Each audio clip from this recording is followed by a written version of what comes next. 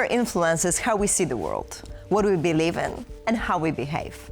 It touches our hearts, and that's why it's such a perfect tool for influence operations. Good evening, my name is Maia Mazurkiewicz, and welcome to the Anatomy of Disinformation. Culture and heritage are both parts of soft power. They are used by the governments and bad actors and politicians.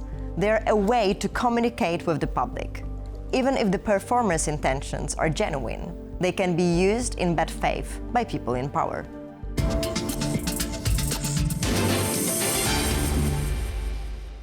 Culture can build bridges and unite people. Who doesn't remember the song "We Are the World," the best-selling single created to raise money for victims of famine in Ethiopia? How pop culture stars are supporting both Democrats and Republicans in electoral campaigns? Russia and China are using popular actors and musicians to spread their propaganda. Our guest joins us to talk about how pop culture is being used today in politics. Michał Znaniecki. He is a Polish opera and theater director and a stage designer. He formerly served as the artistic director of the National Opera in Warsaw and general director of the Grand Theater in Poznań. Michał Znaniecki is the founder and director of the Opera Tigre Festival in Argentina. He has won multiple Golden Mask Awards and Poland's Gloria Artis Silver Medal for Merit to Culture. Michał, welcome, and thank you so much for joining us today. It's a pleasure to be with you from London, just in the middle of shows and rehearsals. Oh, that's perfect. Well, we are talking today about culture and pop culture and how it can be used to influence people, sometimes by the artist itself, when they use their value and artistic expression, but sometimes also by the air forces.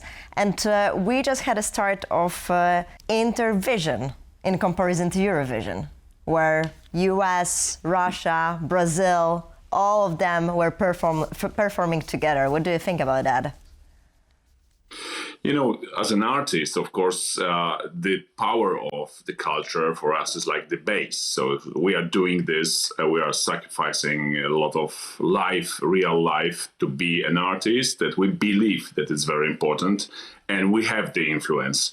But the problem is that we can be used, of course, because we depend on money. So every show now, every artistic expression needs money, and we can be used. Of course, the things so big as the concerts, international concerts, and Intervision, Eurovision, all the power of this, years of preparation to have an audience, new generations, because this is very important. I work in the opera world, using and observing pop culture to understand how to enter in the minds of the young culture and young audience. So I see it, I observe it, like governments are using the huge shows, television shows, even we are not watching television. So this is the version, the official version,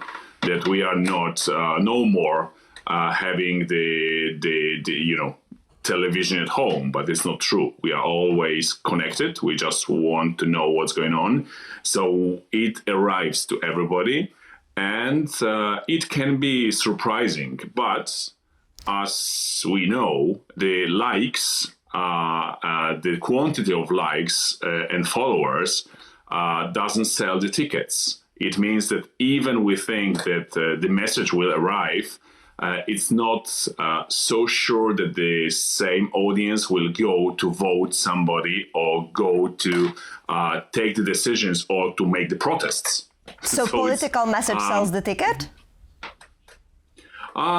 Maybe more, because we have the reflection, we have the moment of thinking and not the direct communicate, like go and vote this or that.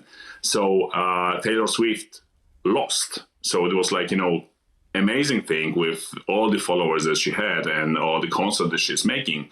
But it was like surprising that, everybody said, oh my God, with her, Trump will lose. And it's not true, absolutely, because after you have to inscribe yourself to the elections and you have to make the effort, and maybe she once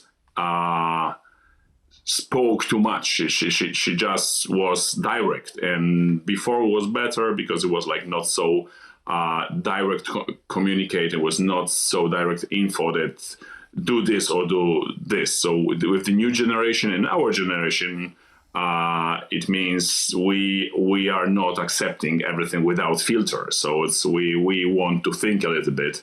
And so it's not white and black like very often we think, and the governments think. So they are very tricky. Like in China, working with the young people, teaching them. So I worked there with the Academy of Arts, but of course performing arts. So I have the like special group of people working, but it's like double manipulation of the government because they know that my students are addicted to telephone, so they can use this as a channel to arrive. But they have their own artists in China. Of course, so they really, so they have a lot of alternative stages. It was like a little bit in Poland in 80s that we had like Republika, new music, and it was Manam talking about politicians and politics in Poland with the metaphors, and the government accepted it because it was like, the way to say we are free. And in China, I see that a little bit the same way. The government knows that everybody has like double profile and they have the profiles on Facebook or the Google things that are forbidden. So, but everybody has it. So it's like playing with this, that we know that you're doing something wrong, but we accept it because there's a new channel to arrive to you. So this is like, they believe the different channel, not official one.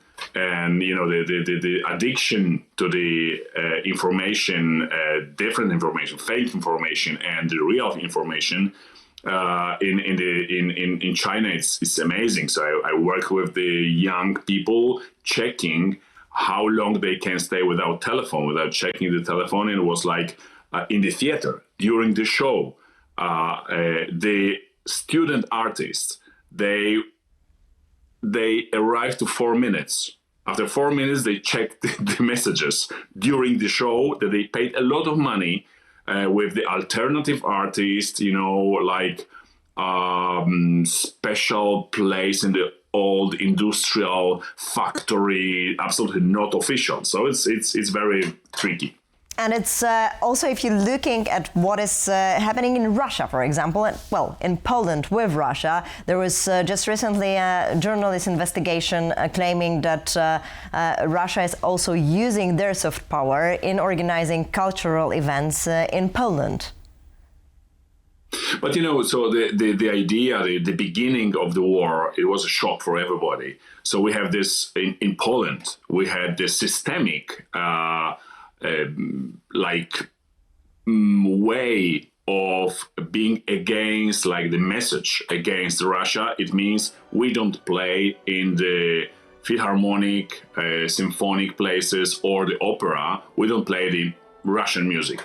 Or the ballet. It was a little of the ballet, yeah. So it was like a little bit misunderstanding because we had the message from Ukrainian government saying, yes, don't take the artists from Russia that they support Putin, but this same cultural organization of Ukraine, they were earning money, saving themselves, going with Nutcracker of Tchaikovsky that was forbidden in Poland. So we couldn't play it, but the Ukrainian orchestra, they play it. So, and they are playing it everywhere. So it was like a little bit, our reaction was overreaction, saying, okay, don't play absolute Russian. Even Prokofiev, he was against the system, Stravinsky, all the people that they died outside of Russia, or very difficult way being in Russia as an artist. So it was like, and it's still, there's nobody said you can't do it, and nobody said now you can do it, because this is very strange thing. So every artist now has to decide if we follow this idea if it helps or it's contrary. Maybe we can make the bridges. Maybe the culture should be a bridge before the end of war, of course. And that's a good question, because if we are looking at the Eurovision, Russia was taken out of the Eurovision back in 2022, and right now there are the same discussions about Israel. What do you think about that? Eurovision, we have a lot of conflicts in Europe, not so many like in Africa and the other places in Asia. But if we take out some country to make the protest, to make really very important message, because it's pop culture, so it's very strong. But till when? So we in Israel they are not playing Wagner because Wagner was connected with Hitler, or Hitler was connected with using Wagner as something that he liked, but Wagner wasn't a Nazi, so it wasn't a Nazi. So it's like very strange. What is the limit? So now, if Israel will win, destroy Gaza, or Gaza will win and will be independent and a country, state. Or Russia will win or will lose. What does it mean? Now they are okay, so we invite the artist, and it's of course, the manipulation of our minds. This is power of the culture, even the pop culture. And I think that, as you said, culture is also to build bridges, and let's hope that it's gonna more unite us instead of dividing. Thank you so much for joining. It should be. Thank you for the invitation. Thank you. The Max Korzh concert in Warsaw ended not with music, but with mass deportations, sparking international outrage. We unpack how one night of chaos turned into a diplomatic storm.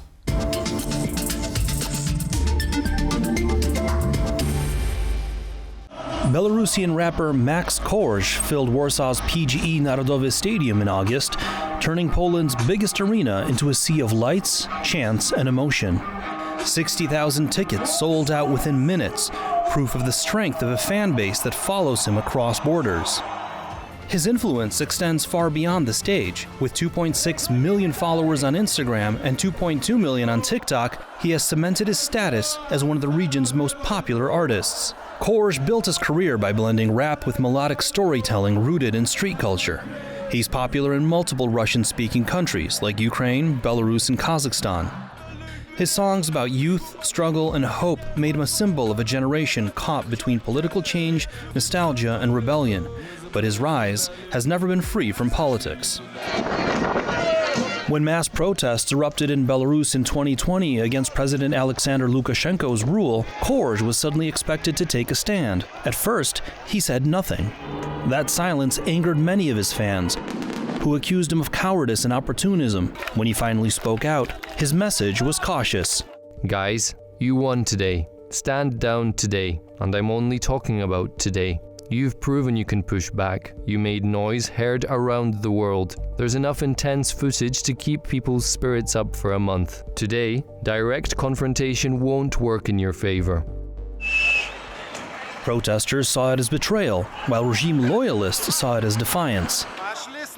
He was even criticized by Russian opposition figure Alexei Navalny, who accused the musician of indifference towards citizens affected by violence at the hands of the Belarusian security services. For months, Korzh was branded as sitting on the fence.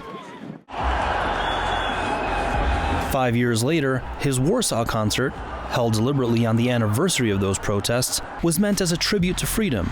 Instead, it ended in chaos.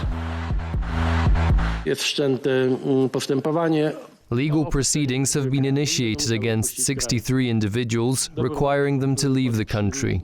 They must do so voluntarily, but if they refuse, they will be removed by force.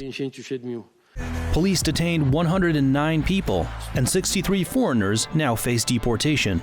Among them were Ukrainians accused of waving the black and red flag of the Ukrainian insurgent army, where tens of thousands of Poles were killed by Ukrainian nationalists in German-occupied territories.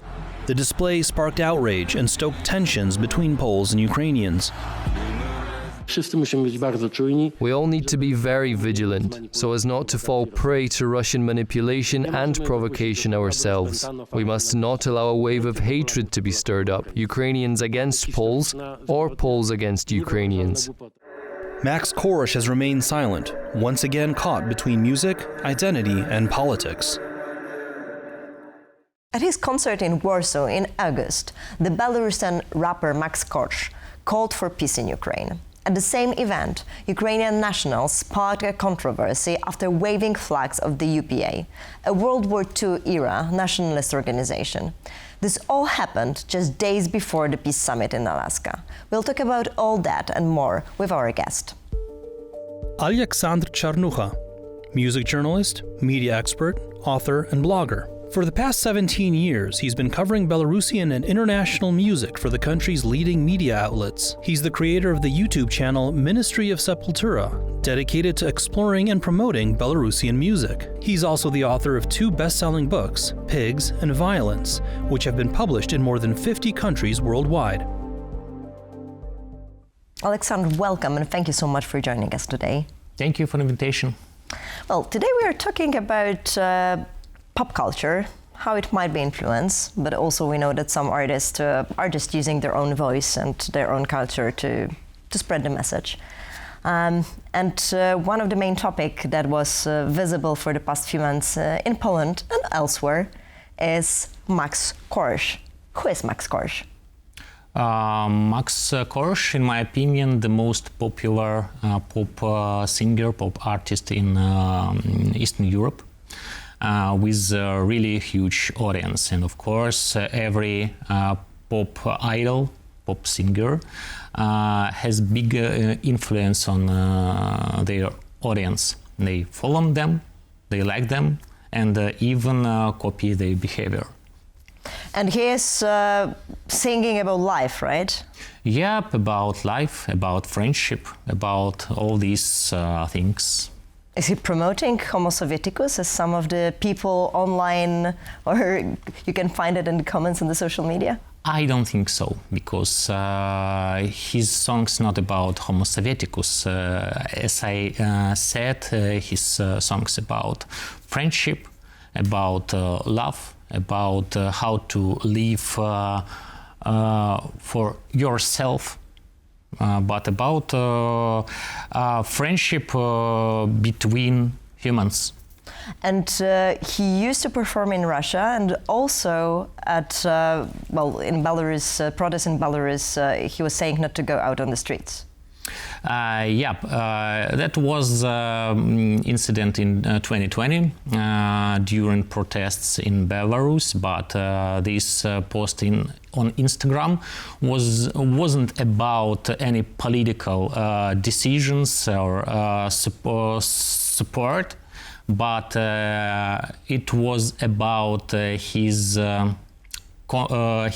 responsibility about his audience, because they are teenagers, most of all, and even their parents can't control them effectively, you know. And Max Korzh feels that this responsibility, and this post was about this responsibility for their lives, first of all. But Max Korzh is not a great public speaker in the world, the greatest, even in Belarus. So this post maybe was right, not too beautiful or something like that. He's right now, after the large-scale invasion, not performing in Russia, correct? Yeah.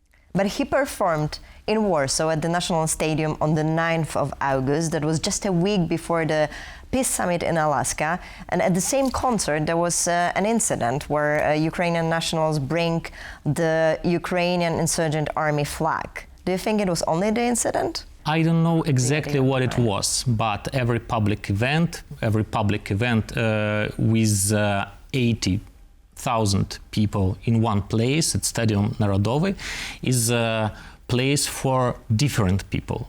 And some of them might be provocators. some of them might be not too clever to do something. It's not a personal responsibility of artists to control every people from these 80,000. So my question is, it is not only responsibility of Max Korzh. It is a personal responsibility of every person who was there. And culture can be used by the authoritarian regimes, by the bad actors, by the people in power. And it is also used. You are coming from Belarus, and what can you say about the culture in there? Is it usually giving a political statement? Culture used not only in totalitarian countries. It used in USA, for example, and as an example, Taylor Swift and her anti-Trumpist position, open anti-Trumpist position. But of course, in totalitarian countries, this pressure on culture much bigger than in democratic countries. And in Belarus, we feel the huge pressure on people from culture, on artists, and so on. A lot of them in prisons now, and a lot of them can live in circumstances of censorship and self-censorship. They can't openly say what they think. And of course, propaganda use their own artists to spread their ideas. But in Belarus, I think it's not too effectively. No? No, because Belarusian propaganda has no much money for that. So they are not doing, like, for example, concerts in the national TV? Yeah, I think that it's not too effectively, because it's about quality of artists, quality of production, quality of texts, because text for these songs write Lukashenko's relatives, and what we're talking about. It is not about some quality. It's not about work with some great producers or something like that. It's like a homemade pop songs for Lukashenko and his family, nothing more. And is there many artists in exile that can really build the Belarusian culture? Yeah, a lot of Belarusian artists live in exile in Poland, and thank you, Poland, for that. A lot of great artists, for example, Levon Volsky, who is a symbol of Belarusian independence and about Belarusian rock music, independent rock music, for example. Navi Band, a great Belarusian pop artist, independent pop artist, who live in Warsaw also. A lot of great Belarusian musicians, underground musicians and pop artists live in exile for the moment. And do you feel that the artists in Belarus in general, they more are kind of like picking sides, or there are also certain artists that unite people from different stages? I think in Belarus you hardly can be neutral for the moment, because it's like our society in a polarization of their thoughts about their position, and of course it's like a responsibility of cruel Belarusian regime. Aleksandr, thank you so much for joining us and for telling the side of the story. Thank you. Thank you so much for joining. How can we make ourselves resilient to propaganda and disinformation spread through pop culture? How can we make ourselves resilient to propaganda and disinformation spread through pop culture? Question strong emotional messages in pop culture. Check who's behind the content. Find out if an artist is sponsored by political forces. Check out independent artists and critical commentary. Celebrities and influencers often echo messages from sponsors, governments, and media networks. Research who funds the production, manages the artist, or owns their platform. Remember, a pop song or film might seem neutral, but it could be part of a broader agenda. Pop culture is something we rarely think about as a means of manipulation. It's fun, it stirs our emotions, it responds to our vulnerabilities. But it always spreads a message. Sometimes a genuine one, coming from the artist, sometimes one influenced by bigger forces. So next time you see a political message from your favorite artist, remember to keep calm and think deeply.